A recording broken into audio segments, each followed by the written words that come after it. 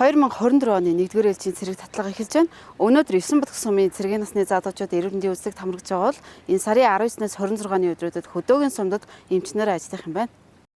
2024 оны 1-р ээлжийн цэрэг татлагад 2-р цэргийн бэлтгэд үүрэгтэн буюу 19-аас 26 насны залуучууд хамрагдах бөгөөд дуудсан цагт тогтсон газарт өөрийн биеэр хүрэлцэнгэрч эрүүл мэндийн үзлэгт заавал хамрагдах ёстой.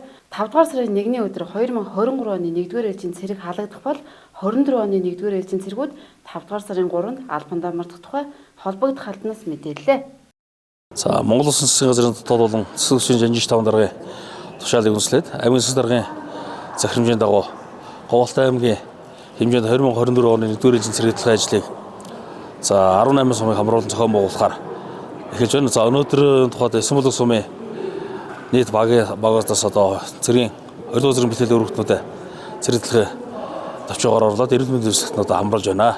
За тухайн цэрэг татлагт бол 20 зэрэг бэлтгэл өргөтн буюу 18-аас 26 насны залуучуудыг цэргийн эрүүл мэндийн үзлэгт хамруулж байгаа. За өнөөдөр тухайд 9 бүлэг сум дээр цэрэг татлагын үйл ажиллагаа явуулаад 19-наас 27-ны хооронд аймгийн хэмжээний бус сумуудад цэрэг татлагын үзлэгийг зохион байгуулахаар төлөвлөд ажиллаж байгаа. За 2024 оны 1-р ээлжийн цэрэг татлаг маань аймаг дээр нэгдсэн үзлэг 5 сарын 1-нд зохион байгуулагдана. За цэрэг халагдах ажиллагаа маань одоо 5 сарын 1-нд цэрэг халагдана. Тэгээд аймгийн хэмжээнд бол 2024 оны 1-р ээлжийн цэрэг татлагыг 5 сарын 1-ний өдөр хүртэл зохион байгуулад 5 сарын 3-нд цэрэг хамтын цэрэгтээ мордуулахаар төлөвлөж ажиллаж байгаа. За одоогор бол яг энэ тоог бол нарийн хэлэх боломжгүй.